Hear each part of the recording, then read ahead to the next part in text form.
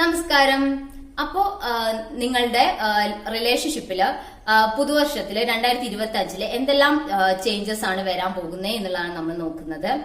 First card justice ആണ്. അതായത് നിങ്ങളുടെ ഈ ഒരു റിലേഷൻഷിപ്പില് നിങ്ങൾക്ക് നീതിപൂർവമായിട്ടുള്ള ഒരു എന്താ പറയാ കാര്യങ്ങൾ, അതായത് നിങ്ങൾക്ക് ലഭിക്കേണ്ടതായിട്ടുള്ള പരിഗണനയും സ്നേഹവും ഒന്നും ലഭിക്കുന്നില്ലെങ്കിൽ ആ കാര്യങ്ങളെല്ലാം നിങ്ങൾക്ക് യൂണിവേഴ്സിന്റെ അനുഗ്രഹത്താൽ നിങ്ങൾക്ക് നിങ്ങളുടെ ലൈഫിലോട്ട് വരാൻ വേണ്ടിയിട്ട് സാധ്യത ഉണ്ട് എന്നാണ് കാണിക്കുന്നത്. നിങ്ങൾക്ക് നിങ്ങളുടെ റിലേഷൻഷിപ്പില് എന്താ പറയാ ഒരു നീതി ലഭിക്കാൻ പോകുന്നു എന്നാണ് കാണിക്കുന്നത്. Second card page of pentacles ആണ്. അതായത് നിങ്ങളുടെ റിലേഷൻഷിപ്പിൽ അല്ലാത്തവരുണ്ടെങ്കിൽ നിങ്ങൾക്ക് പുതിയൊരു റിലേഷൻഷിപ്പ് നിങ്ങളുടെ ലൈഫിലോട്ട് വരാൻ സാധ്യത ഉണ്ട് എന്നുള്ളതാണ്. അല്ലെങ്കിൽ നിങ്ങൾ തമ്മിൽ നിങ്ങളുടെ പേഴ്സണുമായിട്ട് സെപ്പറേറ്റഡ് ആണെങ്കിൽ നിങ്ങളുടെ പേഴ്സൺ നിങ്ങളിലേക്ക് തിരിച്ചു വരാൻ സാധ്യത ഉണ്ട് എന്നുള്ളതാണ് കാണിക്കുന്നത്.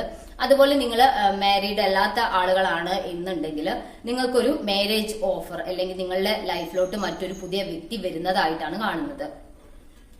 നെക്സ്റ്റ് കാർഡ് 6 ഓഫ് കപ്സ് ആണ്. അതായത് നിങ്ങളുടെ ലൈഫില് നിങ്ങൾ റിലേഷൻഷിപ്പിലാണെങ്കിൽ നിങ്ങളുടെ പേഴ്സൺ നിങ്ങളുമായിട്ടുള്ള ഈ റിലേഷൻഷിപ്പ് ഒരു പാസ്റ്റ് ലൈഫ് കണക്ഷൻ ഉള്ളതായിട്ടാണ് കാണുന്നത്.